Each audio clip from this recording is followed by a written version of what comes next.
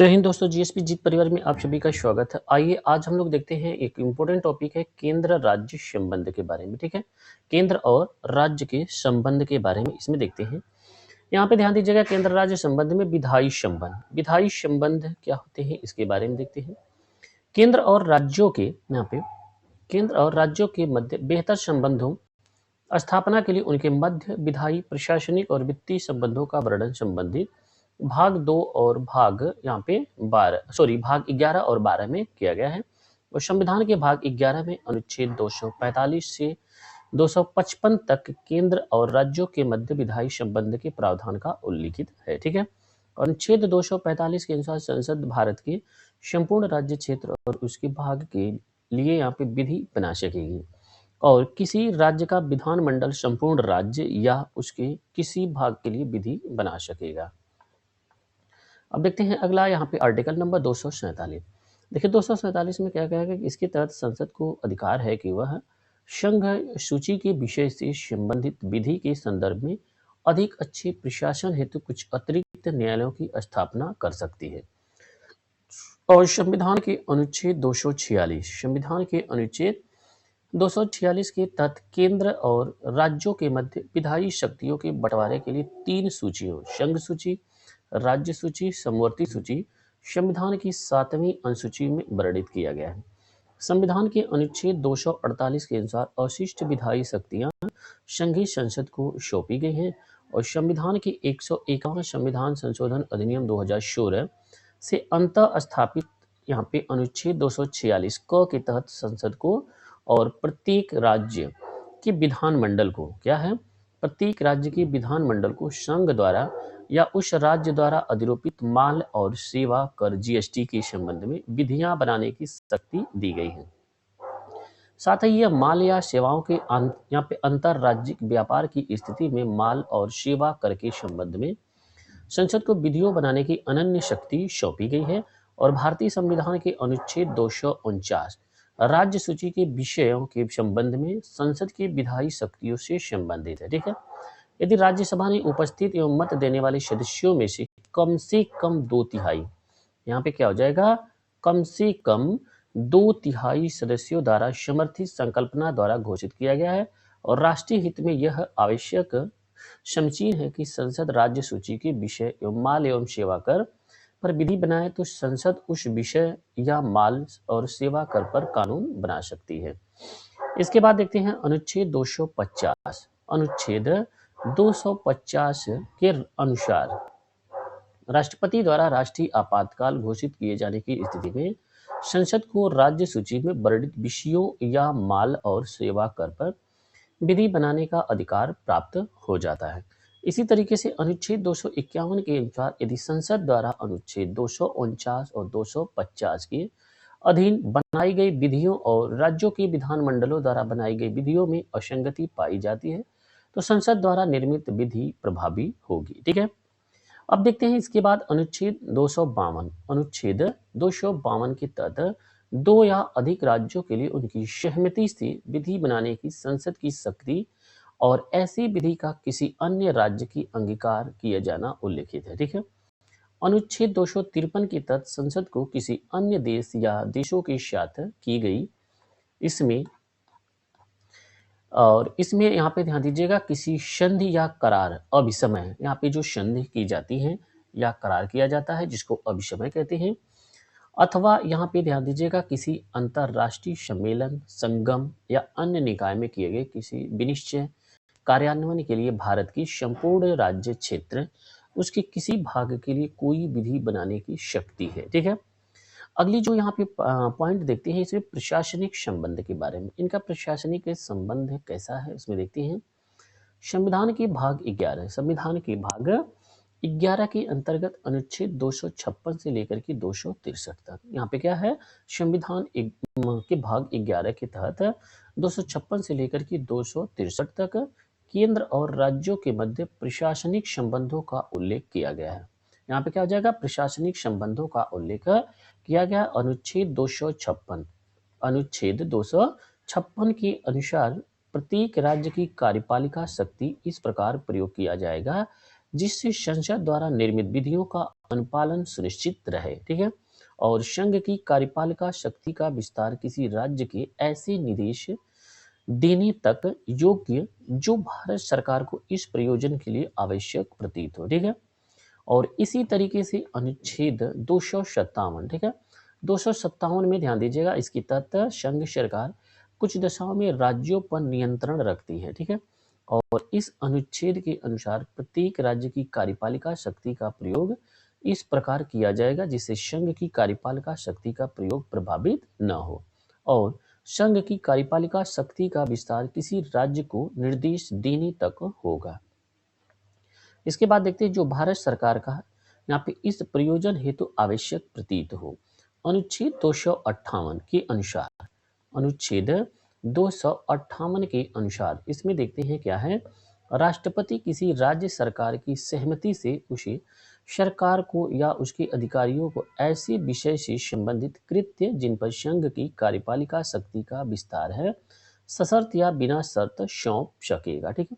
और अनुच्छेद 258 क, अनुच्छेद 258 क के अनुसार किसी राज्य का राज्यपाल भारत सरकार की सहमति से उस सरकार को या उसके अधिकारियों को ऐसे विषय से संबंधित कृत्य जिन पर उस राज्य की कार्यपालिका शक्ति का, यहाँ पे ध्यान दीजिएगा क्या है, कार्यपालिका शक्ति का विस्तार है सशर्त या बिना शर्त सौंप सकेगा। ठीक है। इसके बाद देखते हैं अनुच्छेद 262, अनुच्छेद 262 में ध्यान दीजिएगा, इसके अनुसार संसद विधि द्वारा किसी अंतरराज्यिक नदी या नदी दून के उस जल की प्रयोग वितरण नियंत्रण के संबंध में किसी विवाद परिवाद न्याय निर्णय की उपबंध कर सकेगी। इसके में देखते हैं अनुच्छेद 263 के अनुसार राज्यों के बीच विवादों की जांच करने, उन पर सलाह देने, कुछ या सभी राज्यों के अथवा संघ या एक अधिक राज्यों के सामान्य हित से संबंधित विषयों के अन्वेषण, उन पर विचार विमर्श करने या ऐसे किसी विषय पर सिफारिश करने, विशेष रूप से यहाँ पे उस विषय के संबंध में नीति और कार्यवाही अधिक अच्छे से समन्वय के लिए यहाँ पे सिफारिश करने हेतु राष्ट्रपति आदेश द्वारा अंतरराज्यीय परिषद, यहाँ पे राष्ट्रपति आदेश द्वारा अंतरराज्यीय परिषद की स्थापना करेगा। ठीक है। और क्षेत्रीय परिषदों का गठन संसदीय अधिनियम के द्वारा किया गया। इसके बाद देखते हैं राज्य पुनर्गठन अधिनियम 1956 के माध्यम से 5 क्षेत्रीय परिषदों उत्तरी, दक्षिणी, केंद्रीय और पूर्वी एवं पश्चिमी क्षेत्रीय परिषद का गठन किया गया। ठीक है। इसके बाद देखते हैं पूर्वोत्तर के 7 राज्यों के लिए पूर्वोत्तर परिषदीय NEC का गठन यहाँ पे NEC अधिनियम 1971 के तहत 1972 में किया गया और उक्त अधिनियम में वर्ष 2002 में किए गए संशोधन से सिक्किम को NEC में 8वें सदस्य राज्य के रूप में जोड़ा गया। किसमें? NEC को, यहाँ पे सिक्किम को क्या है, NEC की 8वें सदस्य राज्य के रूप में जोड़ा गया और गृह मंत्री प्रत्येक क्षेत्रीय परिषद का क्या होते हैं, अध्यक्ष होते हैं। ये पॉइंट ध्यान दीजिएगा, कई बार प्रश्न आया है कि क्षेत्रीय परिषद का अध्यक्ष कौन होता है, तो क्षेत्रीय परिषद का अध्यक्ष गृह मंत्री होते हैं। ठीक है। अब आइए देखते हैं वित्तीय संबंध। वित्तीय संबंध क्या होते हैं यहाँ पे? वित्तीय संबंध संविधान के भाग 12 के अंतर्गत 268 से लेकर के 81, 200 यहाँ पे 68 हो जाएगा आर्टिकल नंबर और 281, ठीक है, के तहत केंद्र तथा राज्यों की संबंध राजस्वों के वितरण से संबंधित प्रावधान किया गया है। किसमें? भाग 12 में। ठीक है। इसके बाद देखते हैं अनुच्छेद 265 के अनुसार कोई कर विधि के प्राधिकार से ही अधिरोपित या संग्रहित किया जाएगा, अन्यथा नहीं। ठीक है। और अनुच्छेद 266 के तहत भारत और राज्यों की संचित निधियों और लोक लेखों का उल्लेख किया गया है। और इसके बाद देखते हैं अनुच्छेद 267, अनुच्छेद 267, अनुच्छेद 267 में क्या दिया गया है? अनुच्छेद 267 के तहत संसद विधि द्वारा भारत की आकस्मिकता निधि की स्थापना कर सकेगी। ठीक है। और अनुच्छेद 267 के तहत राज्य विधानमंडल विधि द्वारा राज्य की आकस्मिकता निधि की स्थापना कर सकेगा। और अनुच्छेद 268 में संघ द्वारा उद्गृहित किए जाने वाले किंतु राज्यों द्वारा संग्रहित विनियोजित किए जाने वाले शुल्क 269 में संघ द्वारा उद्गृहित और संग्रहित किंतु राज्यों को सौंपे जाने वाले कर अनुच्छेद 239 क में अंतर्राज्यीय व्यापार और वाणिज्य के अनुक्रम माल एवं सेवा कर, उद्ग्रहण और संग्रहण। ठीक है। और अनुच्छेद 217 में ध्यान दीजिएगा, यहाँ पे अनुच्छेद 270 में अनुच्छेद 270 में उद्गृहित कर और उनका संघ और राज्यों के बीच वितरण। ठीक है। और अनुच्छेद 271 में कुछ शुल्कों और करों पर यहाँ पे संघ के प्रयोजन के लिए अधिभार संबंधित उपबंध है। ठीक है। इसके बाद देखते हैं 275 के तहत कुछ राज्यों को संघ से अनुदान की व्यवस्था की गई है। ठीक है। और संविधान के 101वां संशोधन अधिनियम 2016 से अंतः स्थापित नए अनुच्छेद 279 क के तहत माल और सेवा कर परिषद, ठीक है, माल एवं सेवा कर परिषद संबंधित प्रावधान किया गया है। और अनुच्छेद 280(1) के अनुसार राष्ट्रपति संविधान के प्रारंभ के 2 वर्ष के भीतर तत्पश्चात यहाँ पे क्या हो जाएगा, प्रत्येक 5वें वर्ष की समाप्ति पर या ऐसे पूर्वोत्तर समय पर जिसे राष्ट्रपति आवश्यक समझता है आदेश द्वारा वित्त आयोग का गठन करेगा। ठीक है। जो राष्ट्रपति द्वारा नियुक्त किए जाने वाले एक अध्यक्ष और 4 अन्य सदस्यों से मिलकर के बनेगा। इसके बाद देखते हैं अनुच्छेद 281 के तहत राष्ट्रपति वित्त आयोग द्वारा की गई प्रत्येक सिफारिश को उस पर की गई कार्यवाही को स्पष्टीकरण ज्ञापन सहित संसद के प्रत्येक सदन के समक्ष रखवाएगा। ठीक है। इसके बाद देखते हैं केंद्र राज्य संबंधों पर विचार करने के लिए न्यायमूर्ति आर एस सकारिया की अध्यक्षता में जून 1983 में एक आयोग का गठन किया गया। और बी शिवरामन यहाँ पे SR सेन इसके अन्य 2 सदस्य थे। और इस आयोग ने जनवरी 1988 में अपनी रिपोर्ट सौंपी थी। केंद्र राज्य संबंधों से संबंधित अन्य आयोगों समितियों में राजमन्नार समिति 1969, पुंछी आयोग 2007 शामिल है। ठीक है। तो ये सभी इंपॉर्टेंट फैक्ट थे। अब आइए देखते हैं यहाँ पे क्वेश्चंस के बारे में। ठीक है। यहाँ पे अब तो चलिए देखते हैं इसमें पहला प्रश्न। यहाँ पे पहला प्रश्न में ध्यान दीजिएगा, भारत केंद्र राज्य संबंध में प्रभावित होते हैं। ठीक है। पहला ही प्रश्न देखते हैं इसमें, संविधान के प्रावधानों से, ये तो सत्य हो जाएगा। नियोजन की प्रक्रिया से, ये भी सत्य है। राजनीतिक हितों के अंतर विरोध से संबंधित, ये भी सत्य है। हुक्म चलाने की इच्छा प्रबलता से, ये भी सत्य है। ठीक है। तो इस तरीके से इसमें क्या हो जाएंगे, चारों के चारों कथन सत्य है। आगे देखते हैं और इसमें विकल्प क्या दिया गया है। तो इसमें विकल्प में ध्यान दीजिएगा, इसमें चारों किसमें सत्य है, तो डी ऑप्शन करेक्ट हो जाएगा। ठीक है। यहाँ पे क्या हो जाएगा, डी ऑप्शन इसमें करेक्ट हो जाएगा। देखते हैं इस प्रश्न का डिटेल। केंद्र और राज्यों के मध्य बेहतर संबंधों की स्थापना के लिए उनके मध्य विधायी, प्रशासनिक, वित्तीय संबंधों का वर्णन संविधान के भाग 11 और 12 में किया गया है। ठीक है। भारत में केंद्रीय नियोजन प्रणाली को अपनाया गया है। व्यवहार में देखने में आया कि केंद्र एवं राज्यों में एक दलीय सरकारों के होने का विपरीत दलों की सरकारों के होने पर दोनों के मध्य संबंधों में उतार चढ़ाव आते रहते हैं। ठीक है। यद्यपि राष्ट्र के विकास में ये क्या है, बाधक है। ठीक है। देखते हैं प्रश्न संख्या 2। दूसरे में ध्यान दीजिएगा, यहाँ पे दिया गया कि भारत में केंद्र राज्य संबंध निर्भर करते हैं। किस पे निर्भर करते हैं, तो ध्यान दीजिएगा, संवैधानिक प्रावधानों पर, परंपराओं तथा व्यवहारों पर, ये भी सत्य है। न्यायिक व्याख्याओं पर, ये भी सत्य है। बातचीत के लिए यंत्र विन्यास, तो यहाँ पे ये भी सत्य हो जाएगा। ठीक है। तो इसमें बातचीत के यंत्र विन्यास भी होता है। इस तरीके से यहाँ पे चारों इसमें भी सही हो जाएगा। यहाँ पे डी ऑप्शन करेक्ट हो जाएगा। ठीक है। देखते हैं इसका विस्तार। भारत में केंद्र राज्य यहाँ पे संवैधानिक प्रावधानों, परंपराओं, व्यवहारों, न्यायिक व्याख्याओं, बातचीत के लिए यंत्र विन्यास यानी कि मैकेनिज्म ऑफ डायलॉग जो होता है, चारों पर निर्भर करता है। राइट।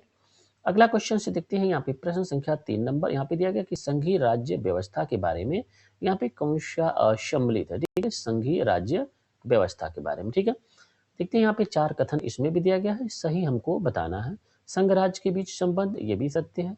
राज्यों के मध्य संबंध, तो ये तो होता है। समन्वय के लिए तंत्र, ये भी।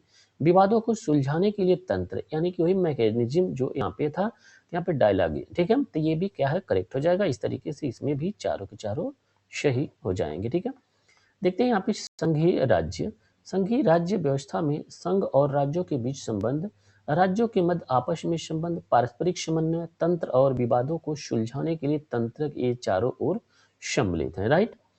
इसके बाद चलिए देखते हैं यहाँ पे अगला क्वेश्चन, इसमें प्रश्न संख्या 4 नंबर, ठीक है। 4 नंबर में ध्यान दीजिएगा, यहाँ पे केंद्र और राज्यों के संबंधों को विशेष रूप से किस प्रसंग में म्युनिसिपल संबंध कहा गया है, ठीक है। यहाँ पे म्युनिसिपल संबंध, तो म्युनिसिपल संबंध किसमें है, तो ध्यान दीजिएगा प्रयोजन प्रक्रम राज्य पर केंद्र के नियंत्रण के प्रसंग में, यही यहाँ पे म्युनिसिपल संबंध होता है। डी ऑप्शन करेक्ट है।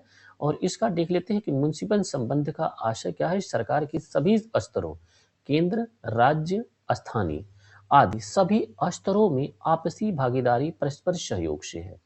और भारत पंचायती राज अधिनियम लागू होने के बाद स्थानीय विकास के लिए योजना निर्माण, वित्तीय स्वायत्तता, संसाधनों के संग्रह एवं प्रबंधन में केंद्र, राज्य तथा स्थानीय निकायों सभी की भागीदारी सुनिश्चित की गई है, ठीक है। और इस योजना निर्माण में राज्यों पर केंद्र का नियंत्रण अत्यंत सीमित हो गया है और केंद्र और राज्यों के संबंधों में नया आयाम जुड़ा है, राइट। अगला देख लेते हैं 5 नंबर क्वेश्चन, यहाँ पे 5वां नंबर, भारत राजकोषीय संघवादी व्यवस्था में संसाधनों का केंद्र द्वारा राज्यों का आवंटन किया जाता है। वर्तमान में निम्न में से कौन सा संसाधनों के आवंटन का एक माध्यम नहीं है, इसमें क्या हो जाएगा, गाडगिल सूत्र के अंतर्गत योजना कार्यान्वयन के लिए स्थानांतरण नहीं है, सी ऑप्शन इसमें करेक्ट हो जाएगा, राइट।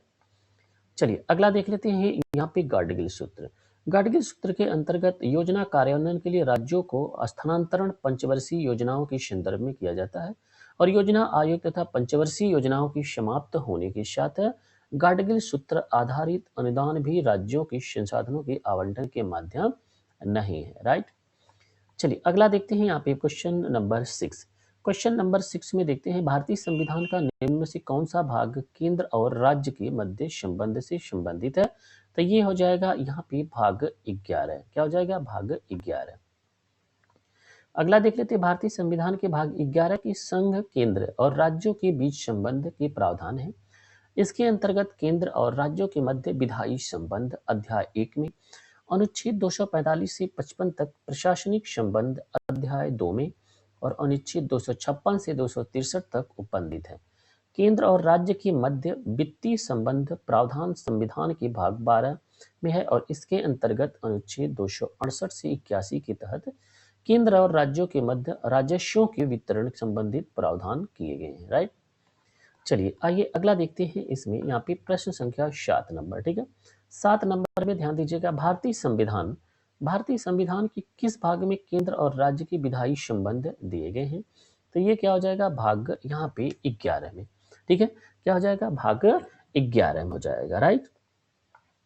चलिए अगला देख लेते हैं, यहाँ पे भारतीय संविधान की भाग 11, भारतीय संविधान की भाग 11 की अध्याय 1 में केंद्र और राज्य विधायी संबंध अनुच्छेद 245 से 55 के माध्यम से निरूपित किए गए हैं और साथ ही विभिन्न विधायी विषयों को संविधान की 7वीं अनुसूची 3 सूचियों, संघ सूची, राज्य सूची, समवर्ती सूची में विभाजित किया गया है। तो यहाँ पे पहला क्या हो जाएगा, संघ सूची में अंतिम प्रविष्ट संख्या क्या है, 97, लेकिन प्रविष्ट 2 क 42वें संविधान संशोधन और 92 क 6वें संविधान संशोधन और 92 ख 46वें संविधान संशोधन में जोड़ा गया तथा प्रविष्ट 33 7वें संविधान संशोधन एवं 92 101वें संविधान संशोधन से लोप कर दिया गया, जिससे इस सूची प्रविष्टियों की कुल संख्या क्या हो गई, 98 हो गई, ठीक है।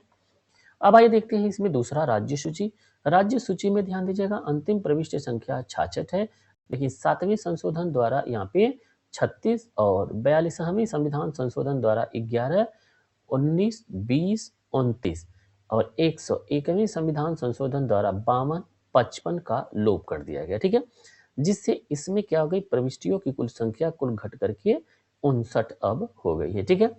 देखते तीसरी समवर्ती सूची, अंतिम प्रविष्टि संख्या क्या थी, 47 और 42वें संविधान संशोधन द्वारा 5वीं प्रविष्टियां 11 क 17 क 17 ख 20 क 33 क ये जोड़ी गई, तो ये बढ़ करके यहाँ पे क्या 1 2 3 4 5 5 को जोड़ देंगे 47 में, तो ये अब क्या हो जाएगा, 52 हो जाएगी, ठीक है।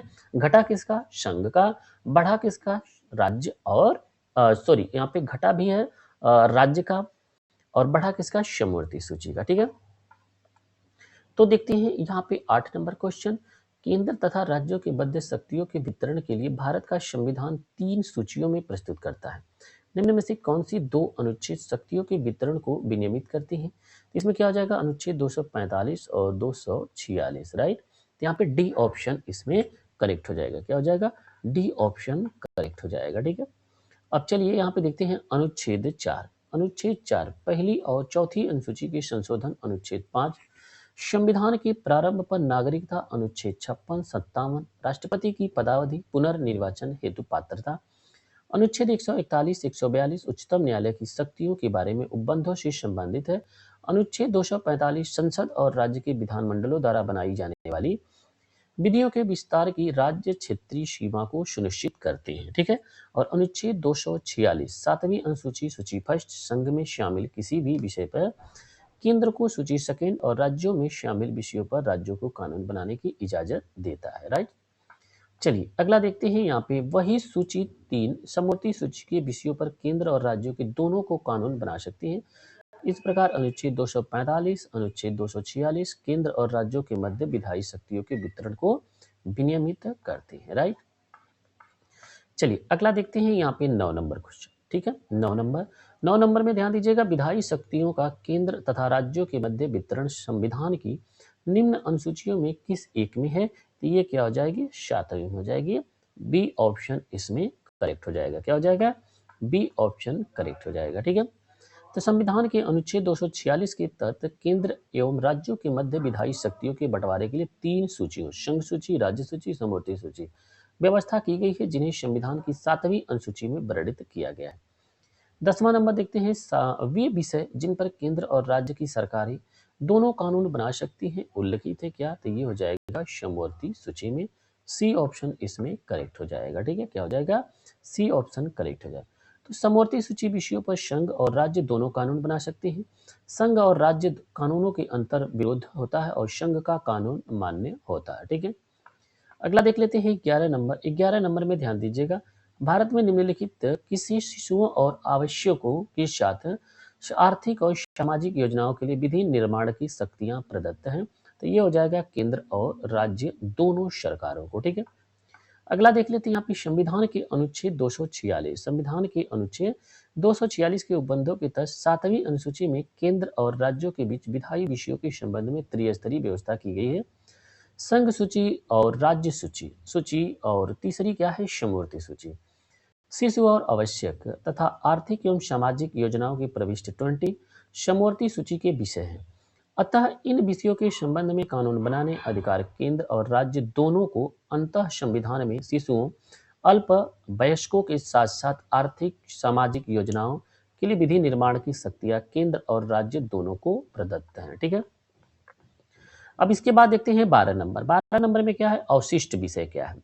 अवशिष्ट विषय क्या है, यहाँ पे ध्यान दीजिएगा, जो यहाँ पे विषय विषय जो किसी सूची में शामिल नहीं है, ठीक है। अवशिष्ट विषय क्या है, वैसी विषय जो किसी सूची में शामिल नहीं है। सी ऑप्शन इसमें करेक्ट हो जाएगा, ठीक है। उसे क्या कहते हैं, अवशिष्ट कहते हैं, ठीक है। और अवशिष्ट की यहाँ पे शक्ति किसके पास होती है? तो ये शक्ति संसद के पास होती है, ठीक है। संविधान के अनुच्छेद 246 के उपबंधों के तहत 7वीं अनुसूची में विधायी विषयों को 3 सूचियों में वर्गीकृत कर केंद्र और राज्यों के बीच विभाजित किया गया है। सूची फर्स्ट सूची संघ सूची और सूची सेकंड राज्य सूची और सूची थर्ड समवर्ती सूची ऐसे तीनों में से किसी भी सूची में शामिल नहीं है। अवशिष्ट विषय कहलाते हैं, क्या कहलाते हैं, रेसिड्यूरी सब्जेक्ट कहलाते हैं। अनुच्छेद 248 के तहत अवशिष्ट विधायी शक्तियां संसद में निहित की गई है, ठीक है। इसके बाद देखते हैं 13 नंबर, ठीक है। 13 नंबर में भारतीय संविधान, यहाँ पे क्या हो जाएगा, भारतीय संविधान में अवशिष्ट शक्तियां किसमें सन्निहित है? तो ये हो जाएगा संसद में, ठीक है। डी ऑप्शन करेक्ट हो जाएगा, राइट। इसके बाद देखते हैं संविधान के अनुच्छेद 248 के अनुसार संसद को किसी ऐसे विषयों के संबंध में समवर्ती सूची या राज्य सूची में प्रगटित नहीं है, विधि बनाने की अनन्य शक्ति है, जबकि पूर्णतः संघीय व्यवस्था में अवशिष्ट विधायी शक्तियां प्रायः राज्यों को प्रदान की जाती, जैसे संयुक्त राज्य अमेरिका की संघीय प्रणाली अवशिष्ट विधायी शक्तियों और राज्यों को सौंपी गई है, ठीक है। इसके बाद देखते हैं 14 नंबर। 14 नंबर में ध्यान दीजिएगा, भारतीय संविधान ने अवशिष्ट अधिकारों को यहाँ पे संघीय सरकार को दिया है। किसको दिया है? संघीय सरकार को दिया है। ए ऑप्शन इसमें करेक्ट हो जाएगा। इसके बाद देखते हैं 15 नंबर, भारतीय संविधान का अनुच्छेद 249 संबंधित है किससे? राज्य सूची के विषयों के संबंध में संसद की विधियों शक्तियों से संबंधित है। डी ऑप्शन इसमें करेक्ट हो जाएगा। क्या हो जाएगा? डी ऑप्शन इसमें करेक्ट हो जाएगा। इसके बाद देखते हैं भारतीय संविधान के अनुच्छेद 249 राज्य सूची के विषयों के संबंध में संसद की विधियों शक्तियों से संबंधित है। इस अनुच्छेद के खंड 1 के अनुसार यदि राज्यसभा ने उपस्थित और मत देने वाले सदस्यों में कम से कम 2/3 सदस्यों द्वारा समर्थित संकल्प से यह घोषित किया है कि राष्ट्रीय हित में यह आवश्यक है, समीचीन है, तो संसद राज्य सूची के ऐसे विषय एवं माल सेवा कर संबंध में उस संकल्प को विनिर्दिष्ट है और विधि बनाए तो संसद उस विषय के संबंध में भारत के संपूर्ण राज्य या उसके किसी भाग के लिए विधि बना सकती है। ठीक है। इसके बाद आइए देखते हैं यहाँ पे क्वेश्चन नंबर 16 नंबर में ध्यान दीजिएगा। 16 नंबर क्वेश्चन में क्या दिया गया है इसमें देखते हैं। 16 नंबर में अनुच्छेद 249 के खंड 1 के अंतर्गत पारित प्रस्ताव निम्नलिखित में से यहाँ पे किससे अधिक समय के लिए प्रवृत्त नहीं रहेगा? तो ये क्या हो जाएगा? 1 वर्ष के लिए। ठीक है, तो 1 वर्ष में क्या है? प्रवृत्त नहीं रहेगा। इसमें देखते हैं अनुच्छेद 249 खंड 2 के अनुसार अनुच्छेद खंड 1 के अंतर्गत पारित प्रस्ताव 1 वर्ष से अधिक समय के लिए प्रवृत्त नहीं रहेगा, परंतु यदि जितनी बार किसी ऐसे संकल्प को बनाए रखने का अनुमोदन करने वाला संकल्प खंड 1 में उपबंधित रीति से पारित हो जाता है तो और उतनी ही बार ऐसा संकल्प उस तारीख से उसको खंड के अधीन अन्यथा प्रवृत्त नहीं रहता है और 1 वर्ष की और अवधि तक प्रवृत्त रहेगा। ठीक है, अगला देख लेते हैं 17 नंबर। 17 नंबर में ध्यान दीजिएगा। राज्यसभा द्वारा संविधान के अनुच्छेद 249 के अंतर्गत पारित संकल्प जिसके द्वारा संसद को राज्य सूची के विषय पर राष्ट्रीय हित में विधि निर्मित करने का अधिकार दिया गया हो प्रवृत्त रहेगा, 1 वर्ष से अधिक नहीं रहेगा। ठीक है, तो सी ऑप्शन इसमें करेक्ट हो जाएगा। ठीक है, इसके बाद देखते हैं 18 नंबर, निम्नलिखित में से किस अनुच्छेद के अनुसार भारतीय संविधान के अंतर्राज्यीय परिषद के संबंध में प्रावधान करता है? तो ये क्या हो जाएगा? अनुच्छेद 263 के अनुसार। राइट, इसमें बी ऑप्शन करेक्ट हो जाएगा। ठीक है, अब देखते हैं इसमें अनुच्छेद 263 केंद्र और राज्यों के बीच समन्वय स्थापित करने के लिए राष्ट्रपति को एक अंतर्राज्यीय परिषद की स्थापना करने की शक्ति प्रदान करता है यदि उसे प्रतीत हो कि इसकी स्थापना से लोक हितों की सिद्धि होगी और इसकी स्थापना राज्यों के बीच विवादों की जांच करने और उन पर सलाह देने, कुछ या और सभी राज्यों अथवा संघ, एक या अधिक राज्यों के समान हित से संबंधित विषयों के अन्वेषण, उन पर विचार करने और ऐसे किसी विषय पर सिफारिश करने, विशेष रूप से उस विषय के संबंध में नीति कार्यवाही अधिक अच्छे समन्वय के लिए सिफारिश करने के लिए, ठीक है, राष्ट्रपति के आदेश द्वारा की जाती है। राइट, अतः अंतर्राज्यीय परिषद का निर्माण स्रोत संवैधानिक है और संविधान में उल्लिखित प्रावधानों के तहत इसकी स्थापना होती है। चलिए इसके बाद देखते हैं इसमें यहाँ पे प्रश्न संख्या 19 नंबर। ठीक है, 19 नंबर में ध्यान दीजिएगा। एक अंतर्राज्यीय परिषद की स्थापना की जा सकती है कैसे? राष्ट्रपति द्वारा। बी ऑप्शन इसमें करेक्ट हो जाएगा। देखते हैं 20 नंबर क्वेश्चन। 20 नंबर में ध्यान दीजिएगा। अंतर्राज्यीय परिषद का निर्माण का स्रोत क्या है? अंतर्राज्यीय परिषद के निर्माण का स्रोत क्या है? संवैधानिक संसदीय योजना आयोग अनुशंसा, तो इसमें क्या हो जाएगा? संवैधानिक हो जाएगा अंतर्राज्यीय परिषद का। ठीक है, देखते हैं 21 नंबर में ध्यान दीजिएगा। निम्नलिखित में से कौन अंतर्राज्यीय परिषद गठन करने के लिए अधिकृत है? तो ये क्या हो जाएगा? राष्ट्रपति। राष्ट्रपति क्या है? अंतर्राज्यीय परिषद गठन करने के लिए अधिकृत है, तो इसमें राष्ट्रपति हो जाएगा। ठीक है, 22 नंबर देखते हैं संविधान। संविधान के निम्न में से किन अनुच्छेद के अंतर्गत अंतर्राज्यीय परिषद की स्थापना की गई? अनुच्छेद 263। बी ऑप्शन इसमें करेक्ट हो जाएगा। देखते हैं इस प्रश्न का डिटेल्स। अंतर्राज्यीय परिषद का गठन वर्ष 1990 में भारतीय संविधान के अनुच्छेद 263 के प्रावधानों के अंतर्गत सरकारिया आयोग की सिफारिशों के आधार पर राष्ट्रपति के आदेश द्वारा किया गया था। ठीक है, वर्तमान में 8 नवंबर 2024 की अधिसूचना द्वारा पुनर्गठित अंतर्राज्यीय परिषद में प्रधानमंत्री के अध्यक्ष के रूप में और प्रधानमंत्री द्वारा नामित 9 केंद्रीय कैबिनेट मंत्री और सभी राज्यों के मुख्यमंत्री, विधानसभा वाले संघ शासित प्रदेशों के मुख्यमंत्री और अन्य संघ शासित प्रदेशों के प्रशासक सदस्य के रूप में और अन्य तथा 13 अन्य केंद्रीय कैबिनेट मंत्री अस्थायी आमंत्रित सदस्य के रूप में शामिल हैं। ठीक है। और इसके बाद देखते हैं यहाँ पे इसके अतिरिक्त अनुच्छेद 360 वित्तीय आपात स्थिति में अनुच्छेद 365 संघ द्वारा दिए गए अनुपालन करने में किसी राज्य की विफलता की प्रभाव से अनुच्छेद 368 संविधान में संशोधन से संबंधित है। ठीक है। इसके बाद देखते हैं यहाँ पे क्वेश्चन नंबर 23। ठीक है। 23 नंबर में ध्यान दीजिएगा, भारत के राज्यों के बीच सहयोग। ठीक है। भारत के राज्यों के बीच सहयोग समन्वय प्राप्त करने के लिए निम्नलिखित संस्थाओं में से कौन सी संविधानेतर और विधितर संस्थाएं हैं? तो ये क्या हो जाएंगे? राष्ट्रीय विकास परिषद और राज्यपाल सम्मेलन। ठीक है। तो इसमें क्या हो जाएगा? ए ऑप्शन करेक्ट हो जाएगा। राइट, ए ऑप्शन करेक्ट हो जाएगा। चलिए इसके बाद देखते हैं अंतर्राज्यीय परिषद। अंतर्राज्यीय परिषद उल्लेख संविधान के अनुच्छेद 263 में किया गया है। अतः यह एक संवैधानिक संस्था है। आंचलिक या क्षेत्रीय परिषदें संसद के क्या अधिनियम के प्रावधानों के तहत गठित की गई। अतः ये विधिक संस्थाएं हैं, जबकि राष्ट्रीय विकास परिषद, राज्यपाल सम्मेलन संविधानेतर विधितर संस्थाएं हैं। ठीक है।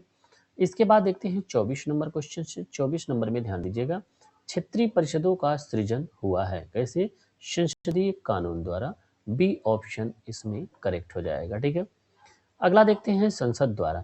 संसद द्वारा अधिनियमित राज्य पुनर्गठन अधिनियम 1956 माध्यम से 5 क्षेत्रीय परिषदों उत्तरी, दक्षिणी, केंद्रीय और पूर्वी पश्चिमी क्षेत्रीय परिषद का गठन किया गया है। वर्ष 1972 में पूर्वोत्तर के राज्यों के लिए पूर्वोत्तर परिषद की यहाँ पे गठन पूर्वोत्तर परिषद अधिनियम 1971 2002 में यथा संशोधित के तहत किया गया है। गृह मंत्री प्रत्येक क्षेत्रीय परिषद का अध्यक्ष होता है। ठीक है। इसके बाद देखते हैं 25 नंबर। 25 नंबर में ध्यान दीजिएगा, निम्न में से कौन क्षेत्रीय परिषद की अध्यक्षता करता है? तो यहाँ पे क्या हो जाएगा? बी ऑप्शन, भारत का गृह मंत्री। भारत के गृह मंत्री क्षेत्रीय परिषद की अध्यक्षता करते हैं। ठीक है। 26 नंबर क्वेश्चन को ध्यान दीजिएगा, निम्नांकित में कौन सा एक क्षेत्रीय परिषदों का लक्षण नहीं है? क्षेत्रीय परिषदों का लक्षण नहीं है, यह एक संवैधानिक संस्था है। देखिए यहाँ पे क्षेत्रीय परिषद क्या है? संवैधानिक संस्था नहीं है। ठीक है। यह यहाँ पे 5 क्षेत्रीय परिषदों की स्थापना राज्यों के पुनर्गठन अधिनियम 1956 के अंतर्गत की गई थी, यह सत्य है। यद्यपि चंडीगढ़ राज्य नहीं है, ठीक है, केंद्र शासित प्रदेश है, फिर भी क्षेत्रीय परिषद में शामिल किया गया है। राइट, यह एक क्या है? परामर्शदात्री संस्था होती है, ये भी करेक्ट है। केवल ए ऑप्शन इसमें सही नहीं है। ठीक है। अब देखते हैं इस प्रश्न का डिटेल्स में ध्यान दीजिएगा। क्षेत्रीय परिषद यानी कि जोनल जो काउंसिल होती है, एक सांविधिक होती है, न कि क्या है? संवैधानिक, स्टेटरी कहते हैं। ठीक है। यहाँ पे संवैधानिक संस्था नहीं है, यहाँ पे क्या हो जाएगा? संवैधानिक संस्था नहीं है। 5 क्षेत्रीय परिषदों का गठन राज्यों के बीच अंतरराज्यीय सहयोग समन्वय बढ़ाने के लिए राज्य पुनर्गठन अधिनियम 1956, इसको ध्यान दीजिएगा, राज्य पुनर्गठन अधिनियम 1956 के तहत किया गया है। चंडीगढ़ राज्य न होते हुए भी यहाँ पे उत्तरीय क्षेत्रीय परिषद में शामिल है। इसके अतिरिक्त एनसीटी दिल्ली, जम्मू और कश्मीर, लद्दाख तीनों क्षेत्रीय परिषद में है। दादरा नगर हवेली और दमन दीव पश्चिमी क्षेत्रीय परिषद में तथा पुडुचेरी दक्षिणी क्षेत्रीय परिषद में और संघ राज्य क्षेत्र होते हुए भी क्षेत्रीय परिषदों में शामिल किए गए। और इन क्षेत्रीय परिषदों का कार्य विभिन्न क्षेत्रों में आपसी हित के मामलों पर चर्चा, सिफारिशें करने और परामर्शदात्री संस्थाएं हैं। ठीक है। इसके बाद देखते हैं 27 नंबर। 27 नंबर में ध्यान दीजिएगा, भारत में क्षेत्रीय परिषदों के संदर्भ में निम्न में से कौन सा कथन सही है? तो इसमें क्या हो जाएगा? परिषदें भारतीय संघ व्यवस्था उपसंघीय सूत्र के रूप में कार्य करती हैं, यहाँ पे पहला सत्य हो जाएगा। ठीक है। परिषदें भारतीय संघ व्यवस्था में राज्यों के मध्य सहयोग और एकीकरण का मार्ग प्रशस्त करती हैं, ये भी सही हो जाएगा। तो यहाँ पे सी ऑप्शन इसमें करेक्ट हो जाएगा। ठीक है। चलिए अगला देख लेते हैं। यहाँ पे क्षेत्रीय परिषदें भारतीय संघ व्यवस्था उपसंघीय सूत्र के रूप में कार्य करती हैं। ये एक बेहतर मंच प्रदान करती हैं जहां पर केंद्र और राज्यों के बीच तथा राज्यों के बीच पारस्परिक अमान्यताओं के स्वतंत्र एवं निष्पक्ष विचार विमर्शों तथा परामर्शों के माध्यम से सुलझाया जा सकता है। यह आर्थिक, राजनीतिक, सांस्कृतिक रूप से एक दूसरे से जुड़े राज्यों के सहयोगात्मक प्रयास के क्षेत्रीय मंच है और यह राष्ट्रीय परिप्रेक्ष्य को ध्यान में रखते हुए क्षेत्रीय पहलुओं को शामिल कर विशिष्ट मामलों पर ध्यान केंद्रित करने के लिए समक्ष है। इस प्रकार की क्षेत्रीय परिषदें भारतीय संघ व्यवस्था राज्यों के मध्य सहयोग एकीकरण की मार्ग प्रशस्त करती है। ठीक है, आइए देखते हैं 28 नंबर क्वेश्चन। यहाँ पे कूट का प्रश्न दिया गया, कह रहा कि यहाँ पे पूर्वोत्तर परिषद, यहाँ पे ध्यान दीजिएगा, पूर्वोत्तर परिषद यानी कि एनईसी, पूर्वोत्तर परिषद की स्थापना पूर्वोत्तर परिषद अधिनियम 1971 द्वारा की गई है। वर्ष 2002 में एनईसी अधिनियम में संशोधन के बारे में परिषद में निम्नलिखित में से किन सदस्यों को शामिल किया गया है। तो अब आइए देखते हैं किन सदस्यों को शामिल किया गया। पहला, संगठक राज्य का राज्यपाल। दूसरा, संगठक राज्य का मुख्यमंत्री। भारत के राष्ट्रपति द्वारा नाम निर्दिष्ट 3 सदस्य। ठीक है, और भारत का गृह मंत्री। देखिए, गृह मंत्री इसमें सम्मिलित नहीं होते हैं, बाकी 1 2 3 सही हो जाएंगे। इस तरीके से इसमें विकल्प क्या हो जाएगा, 1 2 3 सही हो जाएंगे। ए ऑप्शन इसमें करेक्ट हो जाएगा। ठीक है, चलिए आइए देख लेते हैं इसका यहाँ पे डिटेल्स को ध्यान दीजिएगा।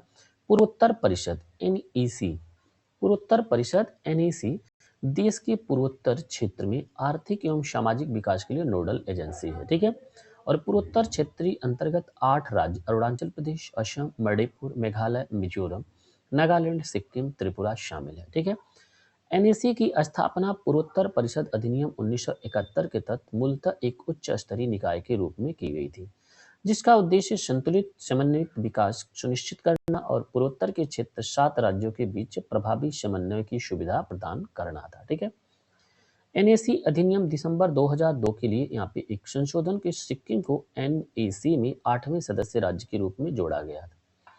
इसके बाद देखते हैं एनईसी को पूर्वोत्तर, यहाँ पे एनईसी को पूर्वोत्तर क्षेत्र के लिए एक वैधानिक क्षेत्रीय नियोजन निकाय के रूप में कार्य करने का अधिदेश दिया गया था। ठीक है, संशोधित एनईसी अधिनियम की धारा 3 के अनुसार अब पूर्वोत्तर परिषद के सदस्यों के रूप में संगठक राज्यों के राज्यपाल, मुख्यमंत्री शामिल होते हैं और 3 सदस्य भारत के राष्ट्रपति द्वारा नाम निर्देशित किए जाते हैं।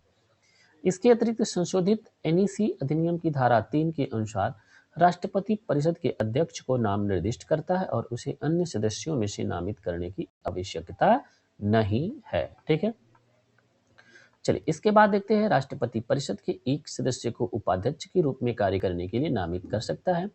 वर्तमान में जैसा कि राष्ट्रपति द्वारा यहाँ पे क्रमशः जुलाई 2018, 24 अगस्त 2021 को जारी अधिसूचनाओं के माध्यम से नामित किया गया है। केंद्रीय गृह मंत्री पूर्वोत्तर परिषद की पदेन अध्यक्ष हैं और केंद्रीय पूर्वोत्तर क्षेत्र विकास मंत्री परिषद की पदेन सदस्य और उपाध्यक्ष हैं। ठीक है, चलिए इसके बाद देखते हैं 29 नंबर में ध्यान दीजिएगा। यहाँ पे झारखंड क्षेत्र स्वायत्त परिषद गठन कब हुआ था, तो ये 8 अगस्त 1995। ठीक है, कब, 8 अगस्त 1995। झारखंड क्षेत्रीय स्वायत्त परिषद, झारखंड एरिया यहाँ पे ऑटोनोमस यहाँ पे काउंसिल का गठन कब किया गया था, 1995 को। ठीक है, संथाल परगना छोटा नागपुर क्षेत्र 18 जिलों में शामिल करते हुए शिबू सोरेन परिषद के अध्यक्ष नामित किए गए थे। ठीक है, अगला क्वेश्चन से देखते हैं। यहाँ पे निम्न में से कौन सा एक सही सुमेलित नहीं है। ठीक है, अंतर्राज्यीय पानी झगड़ों का केंद्रीय संसद का यहाँ पे अधिनिर्णय शक्ति, इसके बारे में कह रहा है भारतीय संविधान का अनुच्छेद 262, तो यहाँ पे 262 के अंतर्गत है, ये यहाँ पे सही है। इसके बाद देखते हैं अंतर्राज्यीय जल विवाद 1956, ये भी करेक्ट है। नदी बोर्ड एक्ट 1970 न होकर के ये भी क्या है, 1956 ही है।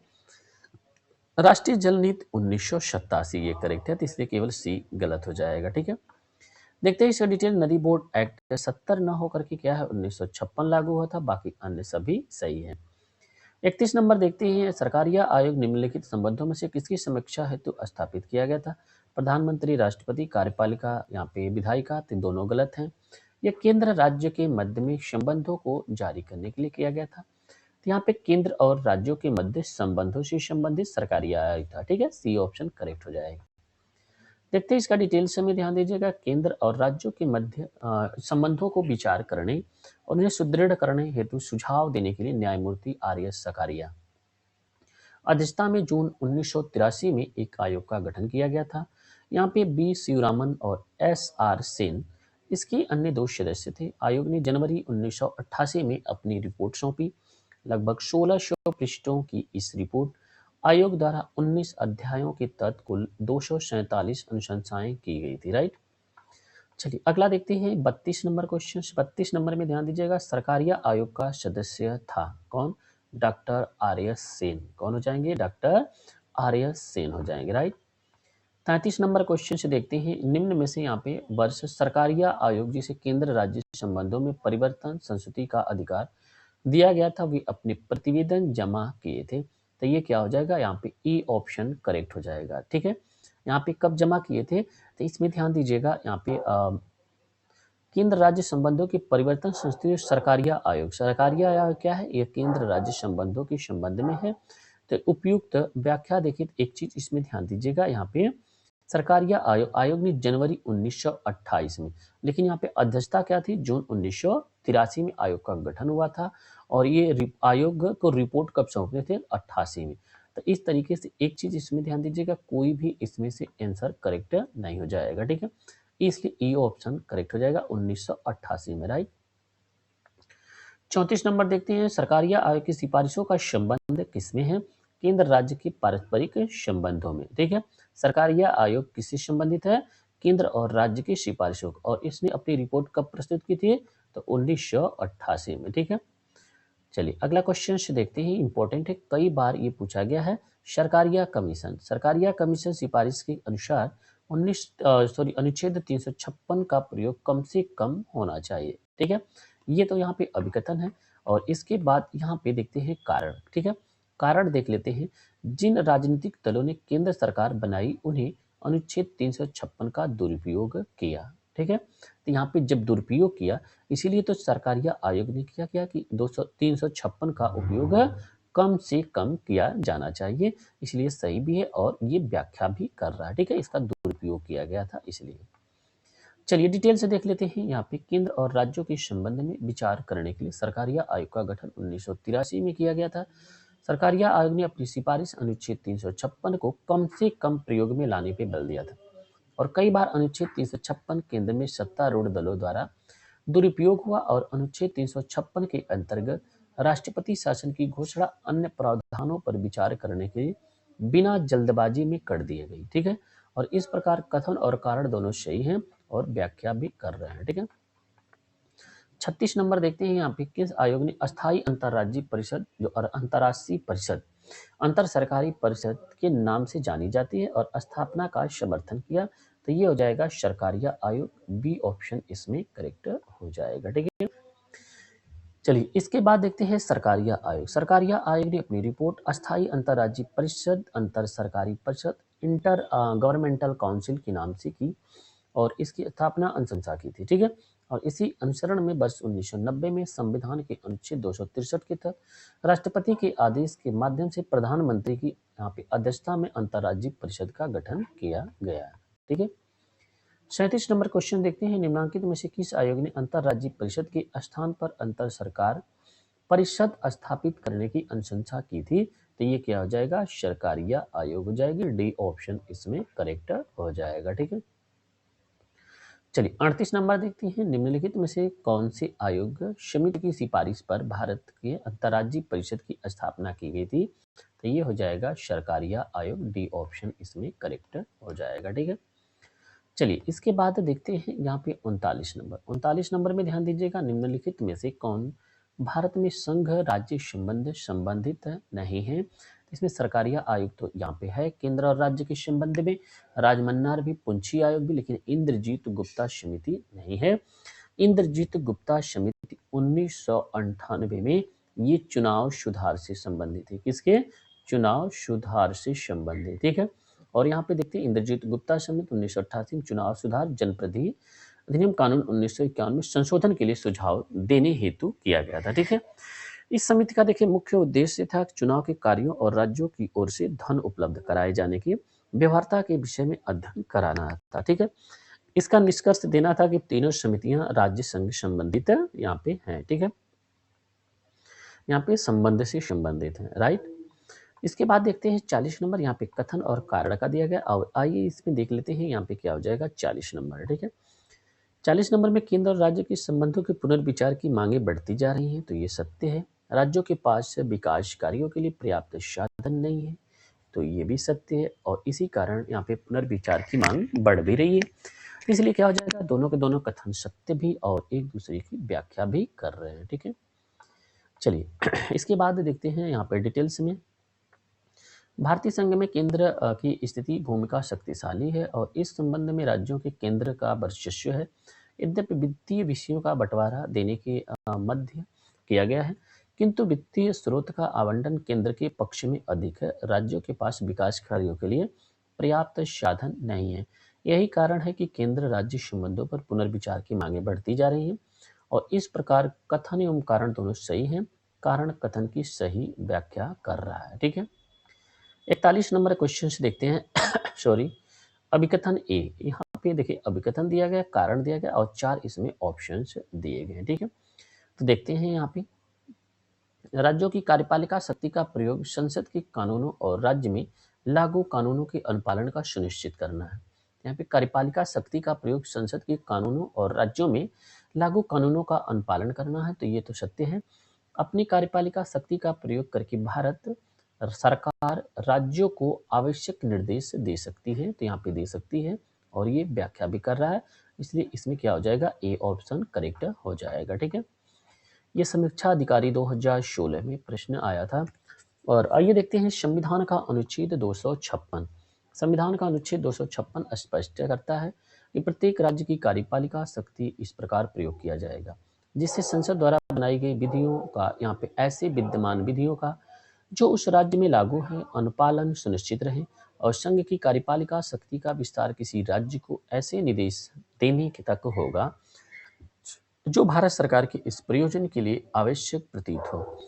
अतः स्पष्ट है कि कथन और कारण दोनों सही होंगे और कारण की यहाँ पे सही की व्याख्या भी कर रहा है। ठीक है, 42 नंबर देखते हैं, भारत की संविधान के निम्नलिखित अनुच्छेदों में से किसके अनुसार प्रत्येक राज्य की कार्यपालिका शक्ति का उसका प्रयोग यहाँ पे किया जाएगा जिससे संघ की कार्यपालिका शक्ति का प्रयोग कोई अड़चन न हो या उस पर कोई प्रतिकूल प्रभाव न पड़े। ठीक है, तो ये क्या हो जाएगा, अनुच्छेद 257 हो जाएगा। क्या हो जाएगा, आर्टिकल नंबर 257, ए ऑप्शन इसमें करेक्ट हो जाएगा। ठीक है, भारत के संविधान के अनुच्छेद 257 के खंड 1 के अनुसार प्रत्येक राज्य की कार्यपालिका शक्ति इस प्रकार प्रयोग किया जाएगा जिससे संघ की कार्यपालिका शक्ति के प्रयोग में कोई अड़चन न हो और इस प्रकार कोई प्रतिकूल प्रभाव न पड़े। संघ की कार्यपालिका शक्ति का विस्तार किसी राज्य के ऐसे निर्देश देने तक होगा जो भारत सरकार इस प्रयोजन को अवश्य प्रतीत हो। ठीक है, चलिए अगला देखते हैं 43 नंबर, भारतीय संविधान का कौन सा भाग केंद्र और राज्यों के मध्य वित्तीय संबंधों के विवरण प्रस्तुत करता है, तो ये हो जाएगा भाग सी। यहाँ पे अब ऑप्शन सी 12 देख लेते हैं। इस प्रश्न का डिटेल्स में ध्यान दीजिएगा। केंद्र और राज्यों के मध्य वित्तीय संबंधों के विवरण के संबंध में भाग 12 में प्रस्तुत किया गया है और भारतीय संविधान के प्रश्नगत भाग इस प्रकार हैं। कौन कौन से, भाग 10 अनुसूचित जाति और अनुसूचित और जनजाति क्षेत्र, ये सही हो जाएगा। और भाग 11 संघ और राज्यों के बीच विधायी और प्रशासनिक संबंध। भाग 12 वित्त संपत्ति संविदाएं और वाद। भाग 13 भारत के राज्य क्षेत्र भीतर व्यापार वाणिज्य और समागम हो जाएंगे। ठीक है, अगला देखते हैं यहाँ पे 44 नंबर प्रश्न। 44 नंबर में केंद्र राज्य और राज्यों के मध्य आर्थिक संबंधों की विवेचना की गई है, तो ये क्या होगा, अनुच्छेद 268 से लेकर के 81 तक, बी ऑप्शन इसमें करेक्ट हो जाएगा। ठीक है, देखते हैं इस प्रश्न का डिटेल्स में ध्यान दीजिएगा। केंद्र सरकार राज्यों के मध्य आर्थिक और वित्तीय संबंधों की विवेचना भारतीय संविधान के अनुच्छेद 268 से 81 संघ और राज्यों के मध्य राजस्वों के वितरण के अंतर्गत की गई है। इनमें वित्तीय आगमों स्रोत का वितरण साम्यपूर्ण बनाने के लिए एक जटिल तंत्र की रचना की गई है। साथ ही यह सुनिश्चित किया गया कि विभाजन अस्थायी न हो तथा निश्चित अंतरालों तक उसका पुनर्विलोकन हो और समायोजन भी किया जाए। ठीक है, चलिए आइए अगला क्वेश्चन इसमें देखते हैं। 45 नंबर क्वेश्चन नंबर 45 में ध्यान दीजिएगा। भारत के संविधान में किस अनुच्छेद में करों को केंद्र द्वारा लगाया तथा एकत्रित किया जाता है लेकिन केंद्र और राज्यों के बीच वितरित किया जाता है, तो इसलिए अनुच्छेद 270 हो जाएगा। क्या हो जाएगा, अनुच्छेद 270 हो जाएगा। ठीक है, अब देखते हैं भारतीय संविधान के अनुच्छेद 270 के तहत प्रावधानित है कि संघ सूची में निर्दिष्ट सभी कर शुल्क अनुच्छेद 268, 269, 269 क में निर्दिष्ट करों शुल्क को छोड़कर के भारत सरकार द्वारा लगाए एकत्रित किए जाएंगे और इन्हें संघ और राज्य के मध्य वितरित भी किया जाएगा। ठीक है। 46 नंबर देखते हैं यहाँ पे, निम्न करों में से कौन सा कर संघ द्वारा लगाया और वसूला जाता है किंतु संघ और राज्यों के में बंटवारा किया जाता है। तो इसमें क्या हो जाएगा, ध्यान दीजिएगा, इसमें कृषि आय। कृषि आय क्या है, ये अब यहाँ पे क्या है, उद्धृत किया गया है। तो यहाँ पे प्रश्न काल में इस तरीके से यहाँ पे कृषि आयकर था, लेकिन ये भी यहाँ पे क्या है, अब यहाँ पे समवर्ती सूची में कर दिया गया। तो इसको आइए डिटेल से देख लेते हैं। तो इसमें अनुच्छेद 270 के तहत कृषि आय से भिन्न आय पर भारत सरकार द्वारा उद्गृहित संग्रहित किए जाते थे, संघ और राज्यों के बीच वितरित किए जाते थे। वर्तमान स्थिति अनुच्छेद 270 के तहत प्रावधान संघ सूची में निर्दिष्ट सभी कर, शुल्क, अधिभारों और उपकरों के अतिरिक्त अनुच्छेद 200 तथा अनुच्छेद 268, 69 और 69 करों और शुल्कों को छोड़कर भारत सरकार द्वारा उद्गृहित संग्रहित किए जाएंगे। इन्हें संघ और राज्यों के मध्य वितरित किया जाएगा। अनुच्छेद 268 के तहत संघ उद्गृहित और राज्यों के भीतर राज्यों को संग्रहित विनियोजित किए जाने वाले शुल्क संघ यहाँ पे सूची में यहाँ पे वर्णित क्या है, स्टाम्प शुल्क। क्या है, संघ में सूची में स्टाम्प शुल्क। स्टाम्प शुल्क संघ में है। अनुच्छेद 269 संघ द्वारा उद्गृहित संग्रहित किंतु राज्यों को सौंपे जाने वाले कर। ठीक है। इसमें क्या हो जाएगा, अंतर्राज्यीय व्यापार एवं माल कर। ठीक है। ये क्या है, संघ द्वारा उद्गृहित है, लेकिन संग्रहित कौन करेगा, राज्य करेगा। राज्य संग्रहित करेगा और संघ को दे देगा। ठीक है। और इसके बाद देखिए, वाणिज्य माल क्रय विक्रय पार्श्वपर अनुच्छेद 269 क के तहत अंतर्राज्यीय व्यापारिक वाणिज्यिक अनुक्रम माल और सेवा कर भारत सरकार द्वारा उद्गृहित और संग्रहित तथा जीएसटी परिषद की सिफारिशों की यहाँ पे आधार पर उपबंधित संसदीय विधि द्वारा संघ और राज्यों के बीच विभाजित हो गया। ठीक है। 47 नंबर देखते हैं, निम्न कथनों पर विचार कीजिए। भारत में वित्तीय यहाँ पे सौदों पर स्टाम्प शुल्क के बारे में। ठीक है। इसमें कह रहा कि राज्य सरकार द्वारा लगाया जाता है, वसूला जाता है, ऐसा नहीं है, गलत है। यह विनियोजन संघ सरकार द्वारा लगाया जाता है, यह भी गलत है। यहाँ पे संघ सरकार द्वारा, ये राज्य सरकार द्वारा लगाया जाता है और यहाँ पे संघ को यहाँ पे अधिरोपित करता है। ठीक है। तो इस तरीके से यहाँ पे क्या हो जाएगा, कौन सा सही नहीं है, तो इसमें दोनों भी गलत हो जाएंगे। ठीक है। आइए देखते हैं 48 नंबर क्वेश्चन से। इससे पहले डिटेल से देख लेते हैं 47 का। आर्टिकल 268 के अनुसार ऐसे स्टाम्प शुल्क जो संघ सूची में वर्णित यहाँ पे यथा संघ सूची की प्रविष्टि 91 वर्णित वित्तीय सौदों को स्टाम्प शुल्क उन्हें संघ द्वारा लगाया और उद्गृहित किया जाएगा। ठीक है। किंतु राज्यों के भीतर उन्हें संबंधित राज्य सरकार द्वारा संग्रहित और विनियोजित भी किया जाएगा। ठीक है। 48 नंबर देखते हैं क्वेश्चन। 48 नंबर, निम्नलिखित कथनों पर विचार कीजिए। भारत में शेयर बाजार फ्यूचर्स बाजार में हुए लेन देन पर कर यहाँ पे संघ द्वारा लगाए जाते हैं और राज्यों द्वारा एकत्रित किए जाते हैं। ठीक है। कौन सा कथन सही है, तो यहाँ पे क्या हो जाएगा, राज्यों द्वारा एकत्रित नहीं किए जाते हैं, संघ द्वारा लगाए जाते हैं और संघ ही एकत्रित करता है। तो इसलिए पहला सत्य है, सेकंड गलत है, इसे केवल एक सही हो जाएगा। ठीक है। देख लेते हैं डिटेल से, में ध्यान दीजिएगा। संविधान की 7वीं अनुसूची केंद्र और राज्यों के मध्य शक्तियों के बंटवारों के बारे में दिया गया है। इसके अंतर्गत 3 सूचियां हैं, संघ सूची, राज्य सूची, समवर्ती सूची। शेयर बाजार फ्यूचर्स बाजार में हुए लेन देन पर कर यहाँ पे क्या है, संघ सूची के अंतर्गत आता है।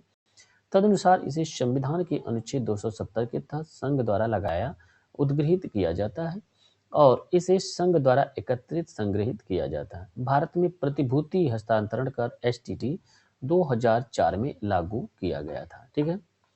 इसके बाद देखते हैं 49 नंबर। 49 नंबर, भारत में कर निर्दिष्टीकरण संवैधानिक प्रावधानों के तहत निम्न में से कौन सा कर है जो पूरी तरह से राज्यों द्वारा लगाया व वसूला जाता है, तो ये हो जाएगा भू राजस्व। क्या हो जाएगा, भू राजस्व हो जाएगा। ठीक है। प्रश्नगत करों में से भू राजस्व संविधान की 7वीं अनुसूची सूची सेकंड राज्य सूची प्रविष्ट 45 भू राजस्व, इसके अंतर्गत राजस्व निर्धारण और संग्रहण, भू अभिलेख रखना, राजस्व के प्रयोजन के लिए प्राधिकारों के अभिलेखों के लिए सर्वेक्षण, राजस्व के अन्य संक्रामण है। ठीक है। इसके तहत राज्यों के अधिकार क्षेत्र विषय वस्तु है और इसे पूरी तरह राज्यों द्वारा लगाया व वसूला जाता है। राइट। 50 नंबर देखते हैं, केंद्र सरकार राज्यों को दिए जाने वाले विवेकाधीन डिस्क्रिशनरी अनुदान का प्रावधान संविधान के अनुच्छेद में किया गया है। तो ये क्या हो जाएगा, 282 हो जाएगा। क्या हो जाएगा, 282 हो जाएगा। ठीक है, अब देखते हैं इसमें यहाँ पे केंद्र सरकार द्वारा राज्यों को दिए जाने वाले विवेकाधीन अनुदान का प्रावधान संविधान के अनुच्छेद 282 में किया गया। अनुच्छेद के अनुसार संघ और राज्य सूची के लोक प्रयोजन के लिए कोई अनुदान इस बात के होते हुए भी दे सकेगा। जो प्रोविजन ऐसा नहीं है, इसके संबंध में यथास्थिति संसद या उस राज्य के विधानमंडल विधि बना सकता है। ठीक है, अनुच्छेद 275 के तहत भारत की संचित निधि में से यहाँ पे राज्यों के राजस्व में स्वायत्त अनुदान वित्त आयोग की सिफारिश पर संसद द्वारा प्रदान किए जाते हैं, जिन्हें सांविधानिक यहाँ पे क्या है, सांविधिक अनुदान यहाँ पे स्टेटरी ग्रांट कहा जाता है। ठीक है, 51 नंबर क्वेश्चन से देखते हैं। 51 नंबर में ध्यान दीजिएगा, क्या संविधान के अंतर्गत भारतीय संघ राज्य विदेशी ऋण सीधे लेने की शक्ति रखते हैं? तो ये यहाँ पे हो जाएगा नहीं। अब यहाँ पे बी ऑप्शन करेक्ट हो जाएगा। और देख लेते हैं इस प्रश्न का डिटेल से।